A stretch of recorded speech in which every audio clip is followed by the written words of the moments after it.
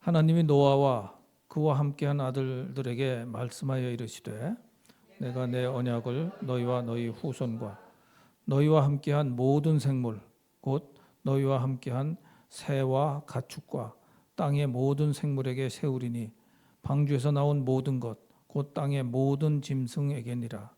내가 너희와 언약을 세우리니 다시는 모든 생물을 홍수로 멸하지 아니할 것이라. 땅을 멸할 홍수가 다시 있지 아니하니라. 하나님이 이르시되 내가 나와 너희와 및 너희와 함께하는 모든 생물 사이에 대대로 영원히 세우는 언약의 증거는 이것이니라. 내가 내 무지개를 구름 속에 두었나니 이것이 나와 세상 사이의 언약의 증거니라. 내가 구름으로 땅을 덮을 때 무지개가 구름 속에 나타나면 내가 나와 너희와 및 육체를 가진 모든 생물 사이에 내 언약을 기억하리니 다시는 물이 모든 육체를 멸하는 홍수가 되지 아니할지라. 무지개가 구름 사이에 있으리니 내가 보고 나 하나님과 모든 육체를 가진 땅의 모든 생물 사이에 영원한 언약을 기억하리라. 하나님이 노아에게 또 이르시되 내가 나와 땅에 있는 모든 생물 사이에 세운 언약의 증거가 이것이라 하셨더라. 아멘. 네, 이 시간 이용주 목사님 나오셔서 하나님의 말씀을 전해 주시겠습니다.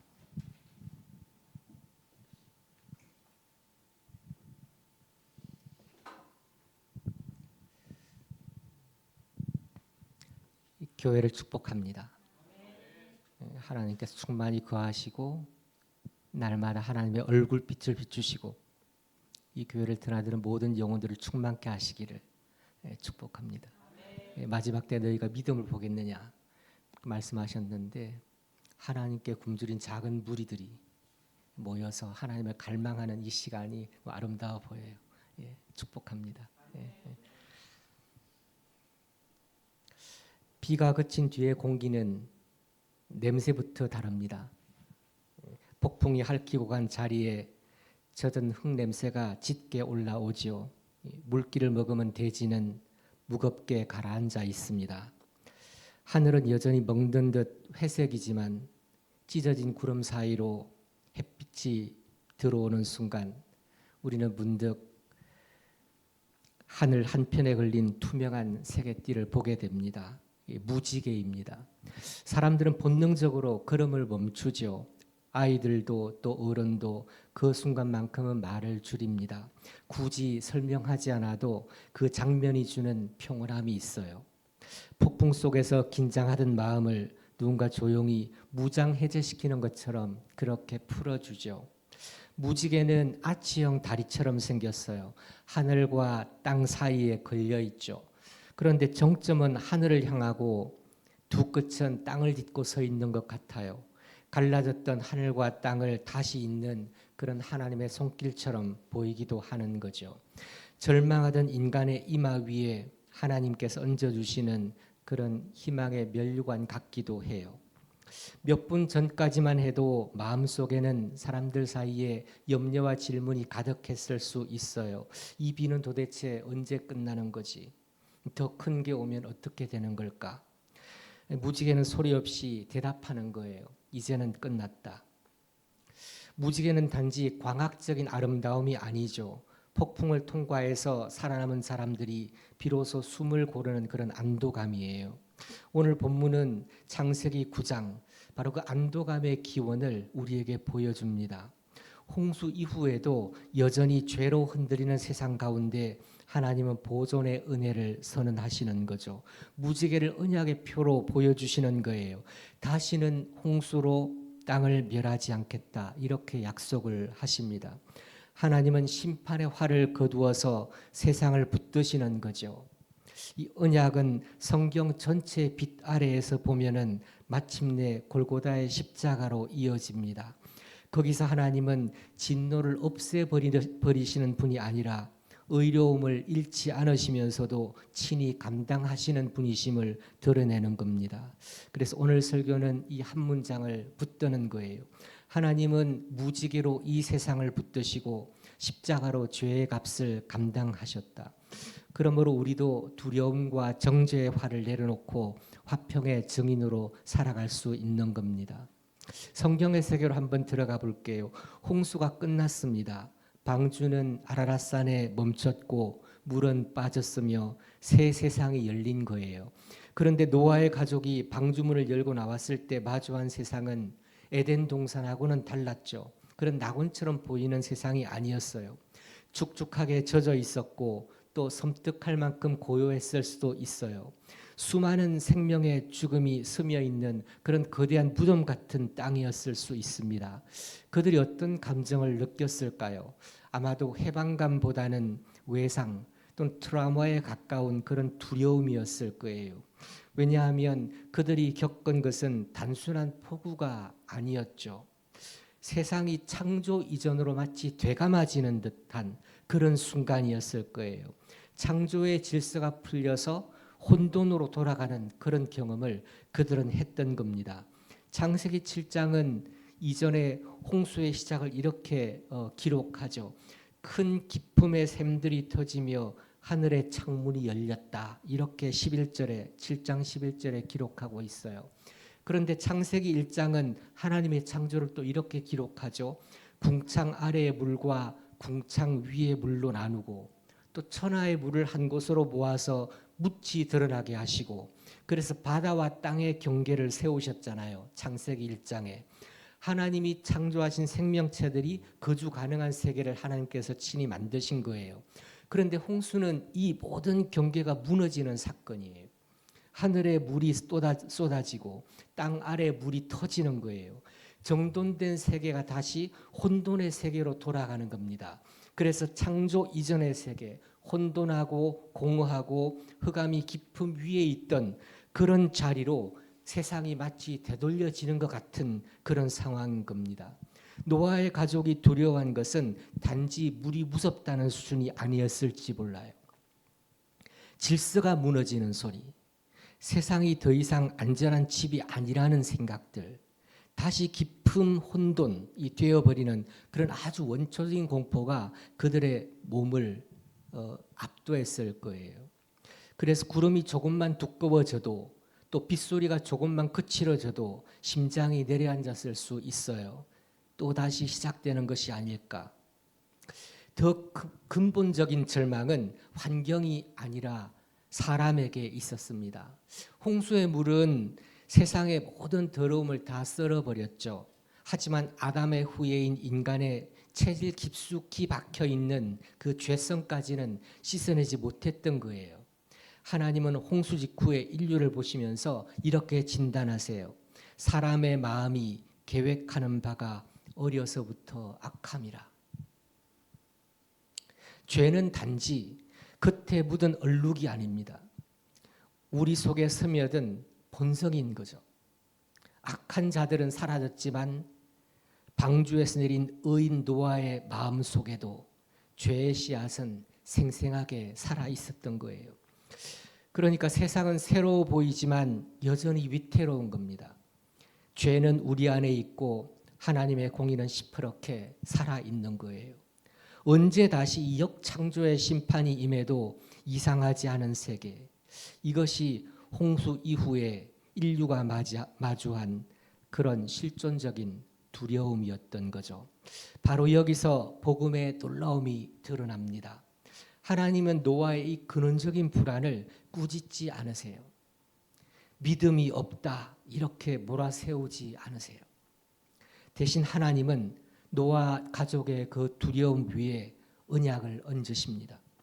혼돈을 경험한 자의 몸이 기억하는 공포를 아시면서 그 공포를 더 큰 공포로 다스리지 않고 내가 너를 붙들겠다 이런 약속으로 다가오시는 거예요. 사랑하는 성도 여러분, 노아 시대의 두려움은 어쩌면 오늘 우리가 마시는 공기와도 너무 닮아 있을지 몰라요. 우리는 홍수의 물 위를 걷지는 않아요. 그렇지만 불안이라는 거대한 먹구름 아래에서 살아갑니다. 비가 언제 다시 쏟아질지 모른다는 감각, 세상이 또 언제든 뒤집힐 수 있다는 그런 예감, 이런 불길한 생각들이 또 음울한 감정들이 일상이 되었어요. 청년들을 한번 생각해 보세요. 진로의 구름, 또 비교의 구름 아래 서 있습니다. 날마다 SNS에 화려한 어떤 삶들을 보지만 현실 속에 내 삶과 비교를 하는 거예요. 나는 혹시 뒤처지는 것은 아닐까? 내가 정말 쓸모 있는 사람일까? 나는 정말 사랑받을 자격이 있는 걸까? 이렇게 끊임없이 청년들은 묻고 있습니다. 불안정한 일자리, 끝없이 치솟는 주거비 앞에서 미래라는 단어가 점점 멀어지고 어두워져 가요. 겉으로는 웃고 있지만 속으로는 존재론적인 불안에 시달리고 있는 겁니다. 나는 어디에 속해 있을까? 나는 누구에게 필요한 존재일까? 늘 이런 질문과 씨름하는 거죠. 어른들도 마찬가지예요. 다르지 않습니다. 어른들이 늘 경제의 구름 더 무겁게 내려앉아 있어요. 고물가에 고환율, 늘어나는 생활비와 줄어드는 여유 속에서 가게는 날마다 줄타기를 합니다. 뉴스를 켜면은 시끄럽죠. 대화와 타협의 본질을 잃어버린 정치, 사납고 거친 적대적인 진영의 대결들, 이런 것들이 마음을 지치게 해요. 서로의 다른 생각을 가진 이웃과도 편안하게 이야기하기 어려운 그런 시대에 있습니다. 불안이 공기를 휩싸고 있어요. 동시에 노후 준비는 불안하죠. 건강은 예전 같지가 않아요. 부모를 돌봐야 하는 부담도 여전한데 자녀들의 독립은 점점 늦어집니다. 장년들에게도 불안의 구름이 있는 거예요. 우리 집은 버텨낼 수 있을까? 내가 끝까지 책임질 수 있을까? 혹시 내가 나중에 누군가에게 짐이 되지는 않을까? 팀 켈러의 그 목사의 통찰처럼 현대인은 신을 믿지 않는다고 말하죠. 하지만 여전히 철저히 심판 아래 살아가는 사람처럼 그렇게 살아가요. 심판관의 자리에 하나님이 아니라 다른 존재가 앉아 있는 거예요. 서로가 서로를 심판합니다. 때로는 자기가 자기 자신을 판단해요. 세상의 평판이 판결문이 되고 자신의 판결이 판결문이 되는 거예요. 실패, 가난, 조롱, 낙인, 이런 것들이 유죄 판결처럼 들러붙어 있어요. 사람들은 이런 판결을 죽기보다 싫어하는 겁니다. 그래서 우리는 늘 무언가를 증명하려고 합니다. 나는 괜찮다. 나는 틀리지 않았어. 나는 뒤처지지 않았다. 이런 것들을 증명하고 싶어 해요. 몸부림치는 거예요. 문제는 이 불안이 깊어질 때입니다. 사람들은 불안하면 자기도 모르게 화를 들죠. 견디기가 힘들어서 무언가를 겨누어야 내가 안전하다고 느끼기 때문이죠. 우리는 말로 화를 쏘고 차가운 눈빛으로 화를 쏘고 온라인 댓글로 화를 쏩니다. 심지어 가까운 가족에게, 동료에게, 또 교회 안에서도 서로를 겨눕니다. 내가 살기 위해서 남을 정죄하는 거예요. 이것이 하나님을 떠난 불안한 세상의 풍경이죠. 그런데 어떤 분은 이렇게 묻고 싶을 수도 있을 거예요.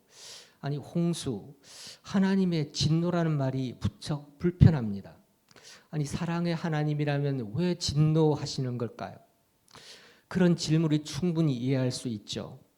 그런데 이 세상에서의 분노는 자주 폭력의 모습으로 나타납니다. 또 누군가의 분노는 약자를 다치게 할 수도 있죠. 하지만 곰곰이 생각해 보세요. 우리가 정말 원하는 세상이 아무런 악도 심판받지 않는 세상이라면 그것은 사랑이 아니라 방임이 아닐까요? 하나님의 진노는 인간의 진노와 다른 거죠. 변덕스러운 짜증이 아니라는 겁니다.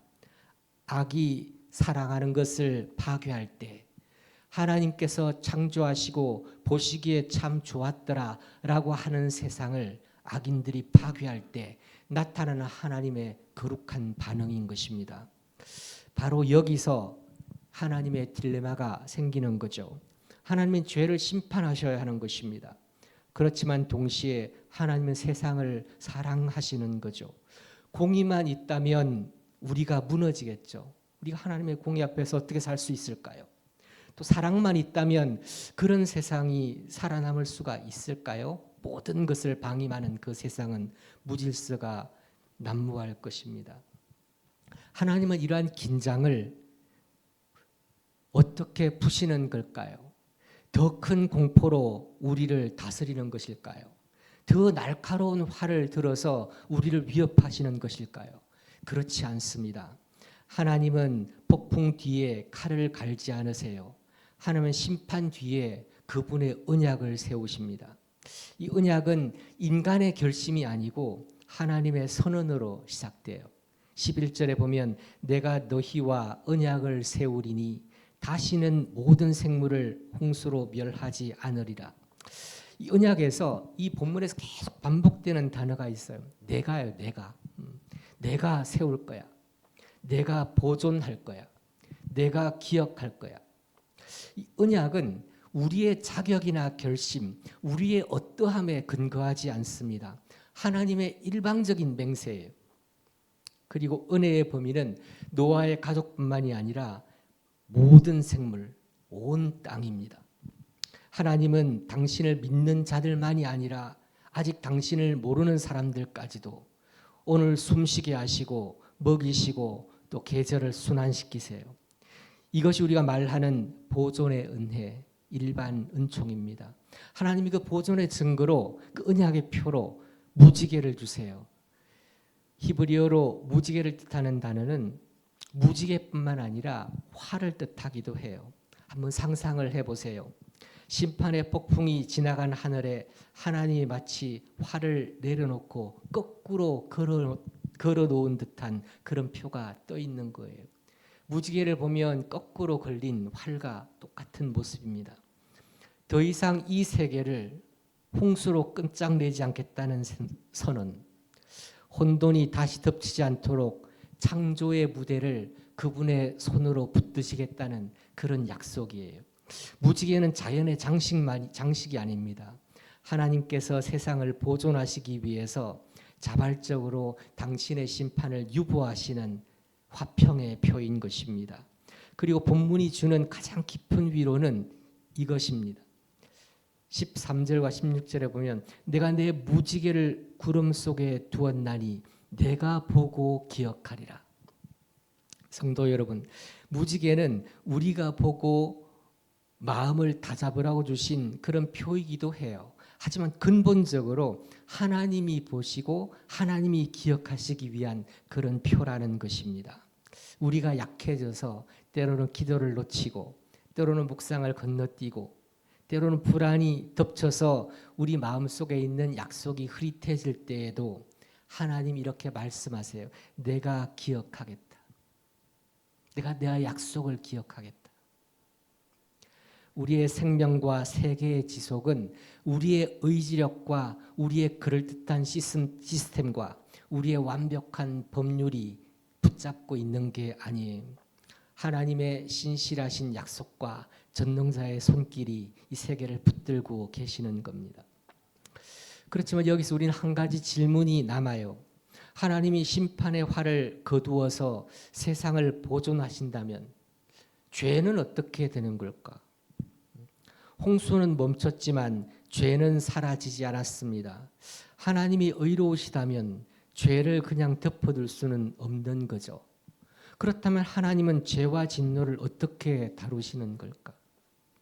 우리는 무지개가 가리키는 더 깊은 자리, 하나님의 공의와 사랑이 함께 서는 자리, 이 골고다의 십자가로 우리는 나아가야 하는 거예요. 바로 그 질문에 성경은 십자가로 답하는 것입니다. 무지개는 심판이 사라졌다는 표시가 아니에요. 하나님이 세상을 보존하시면서 역사를 끝까지 그분이 작정하신 시간까지 이끌고 가시겠다는 그런 표시입니다. 이 죄의 값은 그렇다면 어디에서 치러지는 것일까요?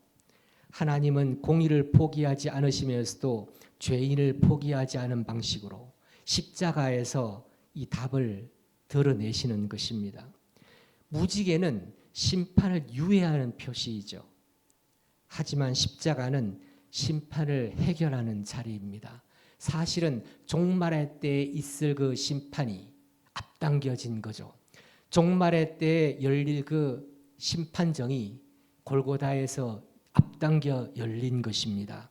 로마서 3장 25절 26절은 이 의미를 이렇게 이야기하죠.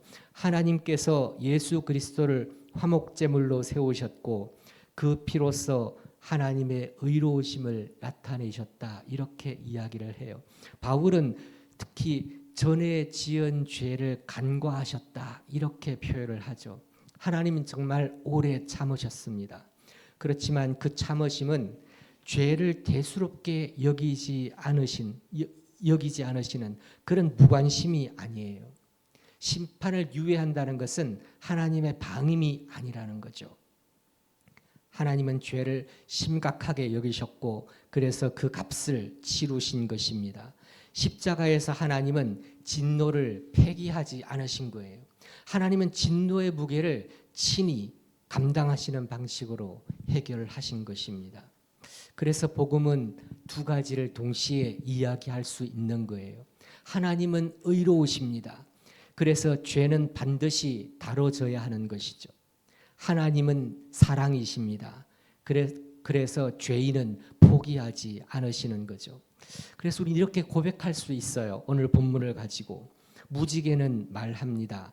나는 아직 세상을 끝장내지 않겠다. 내가 붙들고 있을 것이다. 십자가는 우리에게 말을 합니다. 나는 죄를 그냥 넘기지 않겠다. 내가 스스로 감당할 것이다. 그렇기 때문에 십자가는 사랑이 공의를 삼킨 자리가 아니라 사랑이 공의를 완성한 자리입니다. 이 복음이 우리의 마음을 찔러요. 사실 우리는 두 가지를 동시에 원하는 거예요. 세상의 악이 심판받기를 원하는 거죠. 우리는 공의를 원합니다. 그렇지만 동시에 나는 용서받기를 원해요. 그것이 사랑이에요. 이 모순처럼 보이는 두 소원이 있어요. 이것 십자가에서 만나는 거예요. 하나님은 악을 가볍게 여기지 않으시면서 죄인도 버리지 않으세요.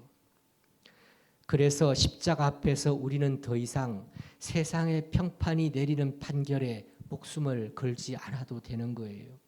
내 마음이 나를 정죄하는 소리에 끌려가지 않아도 됩니다. 최종 판결은 이미 십자가에서 내려졌기 때문입니다. 그래서 그리스도 안에서 살아갈 길이, 구원의 길이, 생명의 길이 열렸다고 이야기하는 거예요. 하나님이 우리를 향한 화를 거두셨다면 우리도 세상을 향해서 그리고 나 자신을 향해서 들고 있던 그 화를 내려놓아야 합니다. 그래서 우리가 어떻게 이것을 적용할지 한번 세 가지를 이야기해 보려고 해요. 첫째는 불안이 올라올 때 해석을 바꾸어 보는 거예요. 먹구름이 끼면 우리는 자동적으로 말하죠. 자동적인 생각이라고 하죠. 와, 큰일 났다. 또 시작이다. 그때 우리는 해석을 이렇게 바꿀 수 있어요. 구름은 끝이 아니고 하나님이 언약을 기억하시는 배경이다. 어쩌면 하나님이 우리를 사랑의 자리로 초청하는 그것이 구름일 수 있어요. 불안이 몰려일 때 상황을 해석하지 말고 언약부터 해석하는 힘, 이것이 믿음의 힘입니다. 두 번째는 가장 가까운 사람에게 겨눈 그 활부터 내려놓는 것입니다. 사실 우리가 드는 활은 멀리 있지 않아요. 집 안에 있습니다. 식탁 위에 있어요. 말투에 배어 있어요. 자녀의 미래가 불안하면 통제의 활을 겨누죠. 배우자가 원망스러우면 분노의 활을 겨눠요. 남과 비교가 되면 자기 자신을 향해서 자학과 정죄의 활을 겨눕니다. 교회 안에서는 서로의 허물을 이야기하면서 판단의 활을 겨루죠.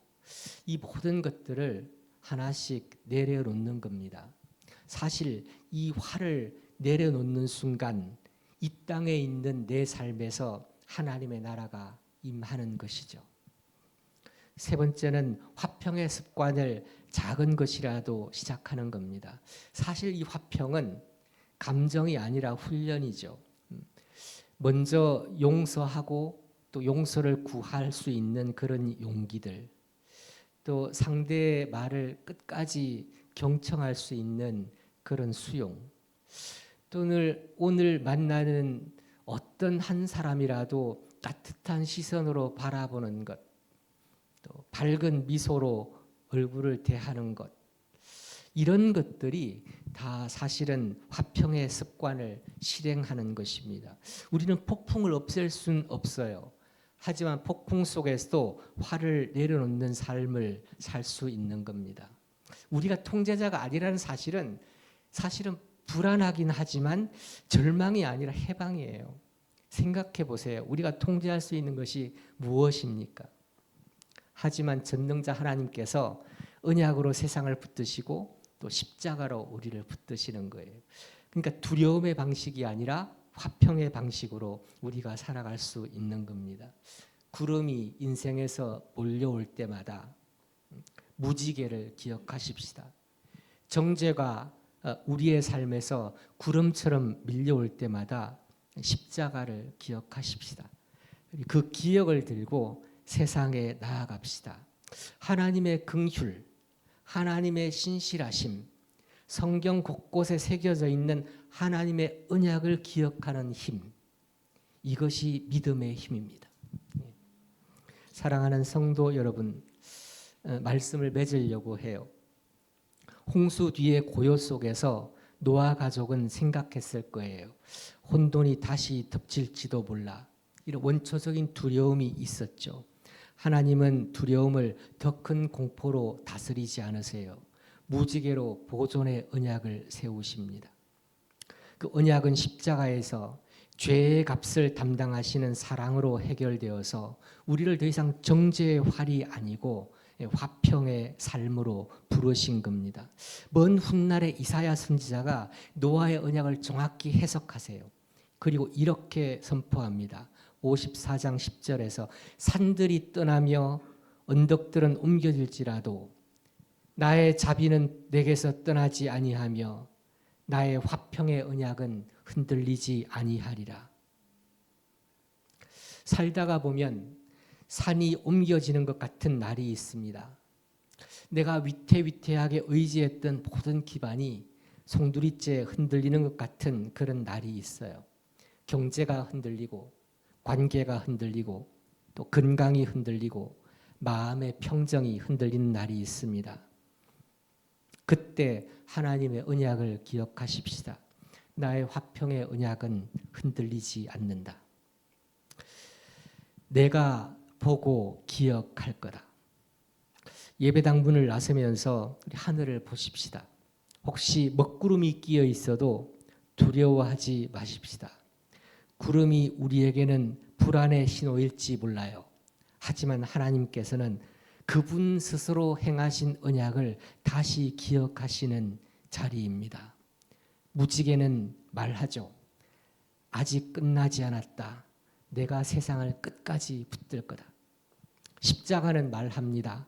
다 이루었다. 내가 너의 죄를 담당했다. 그러므로 사랑하는 성도 여러분, 우리가 들고 있던 각자의 활, 저마다의 활을 내려놓읍시다. 두려움의 활, 정죄의 활, 통제의 활을 내려놓고 하나님이 주시는 샬롬의 대사로 한 주를 살아가십시다. 우리가 세상을 붙드는 것이 아닙니다. 우리가 나라를 붙드는 것이 아니에요. 하나님께서 우리를 붙드시고 하나님께서 그분의 나라를 붙드시는 겁니다. 주님의 이름으로 축원합니다. 함께 기도하겠습니다. 하나님, 구름이 덮일 때 우리는 쉽게 두려워했고 또 두려움 때문에 활을 들었습니다. 그 활로 서로를 겨누고 또 나 자신을 겨누었습니다. 주님, 무지개로 언약을 세우시고 내가 기억하겠다고 말씀하셨습니다. 십자가에서 우리를 향한 진노를 당신의 아들을 향해서 아낌없이 쏟아 부으셨습니다. 하나님, 주님의 이 큰 긍휼을, 주님의 이 놀라운 자비를, 주님의 흔들림 없는 신실하심을, 주님의 견고한 언약을 우리가 기억하게 하여 주시옵소서. 그래서 우리의 화를 내려놓고 샬롬의 대사로 살아갈 수 있도록 그렇게 허락하여 주시옵소서. 예수님 이름 받들어 기도드립니다.